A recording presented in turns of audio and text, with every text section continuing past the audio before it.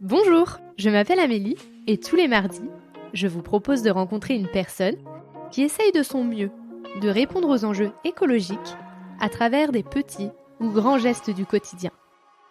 J'espère que vous écouterez avec affection leur chemin, leurs combats, leur colère, ainsi que leur joie, leur fierté et leurs bons conseils. Évidemment, nous pouvons mettre de la douceur et de l'optimisme dans l'écologie. À travers ces épisodes, je souhaite semer des petites graines qui permettront, évidemment, de faire éclore de nouvelles croyances.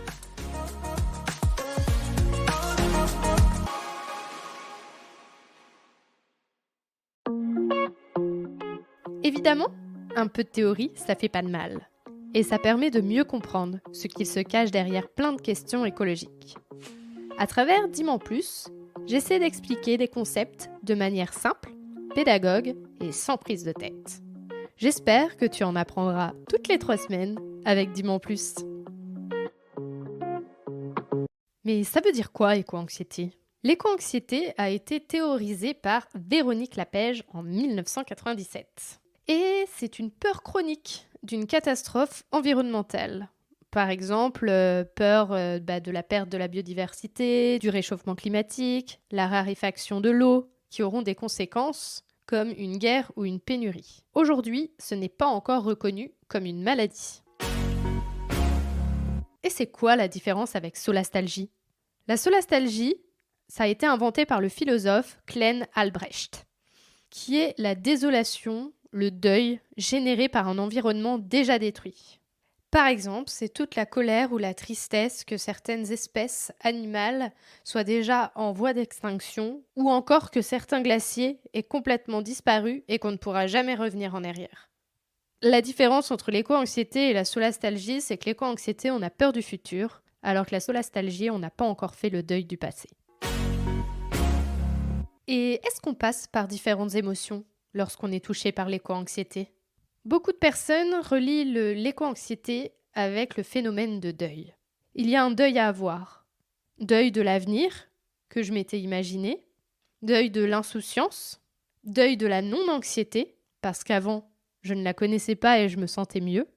Et le deuil de la vision simpliste de la réalité, que tout est rose, que tout va bien, alors qu'en fait, ce n'est pas le cas. Il y a quelques phases. Il va y avoir le déni, pas envie de voir les choses. On veut faire l'autruche. Il y a de la résistance.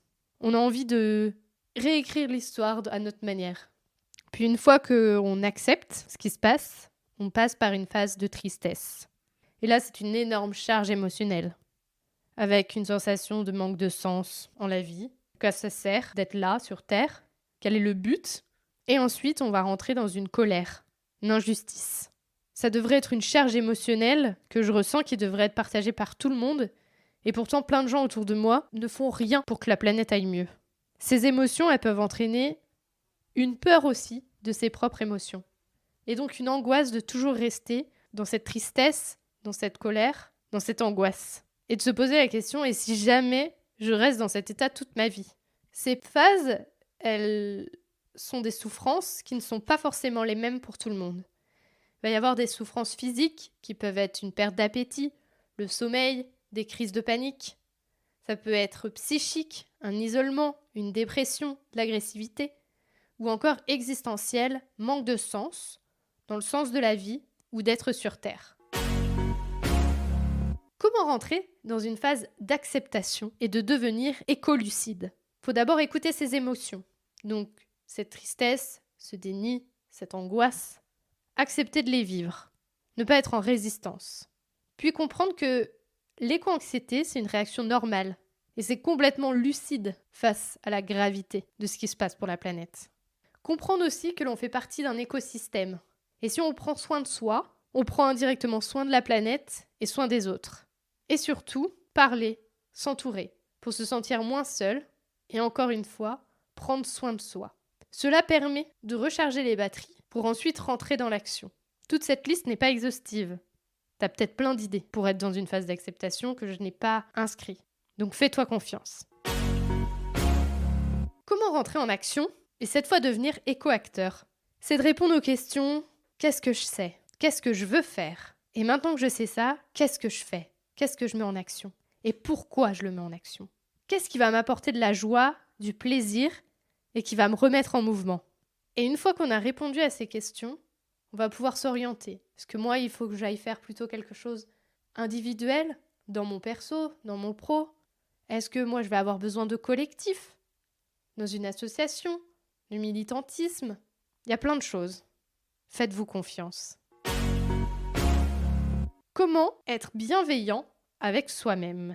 Comprendre qu'on n'a pas besoin d'être parfait. L'humain ne sait pas changer du tout au tout.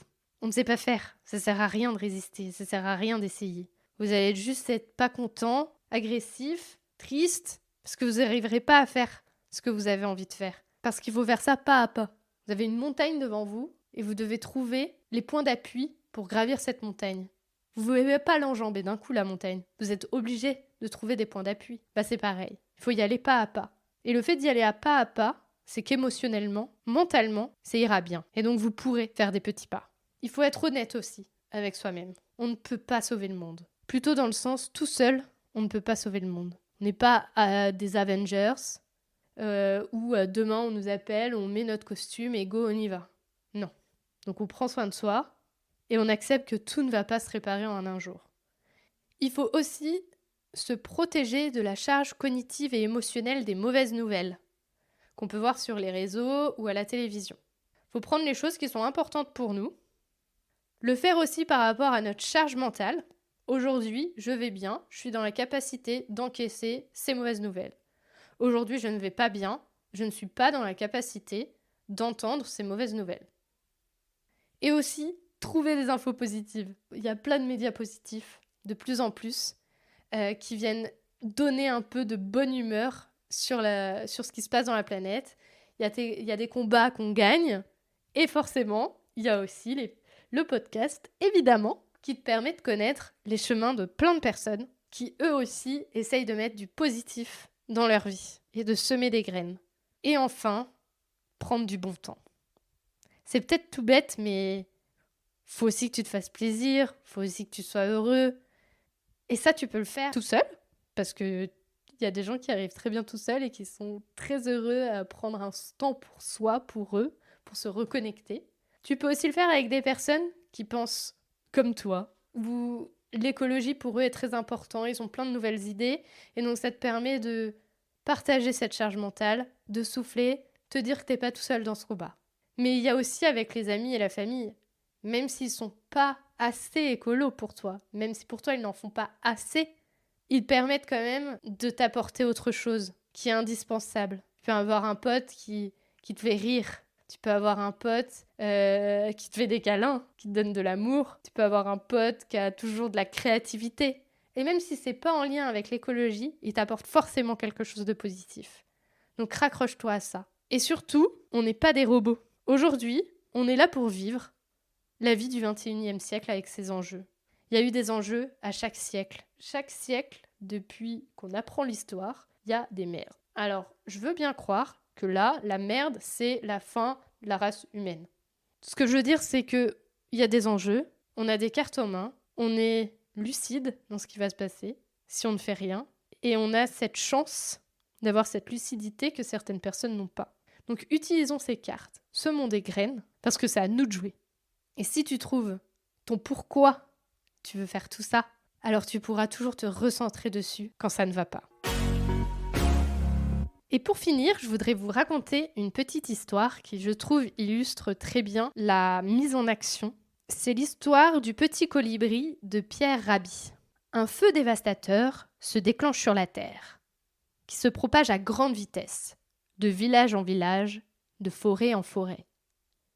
Les hommes courent, s'empressent, mais rapidement n'ont plus qu'une hâte, s'éloigner et se mettre à l'abri.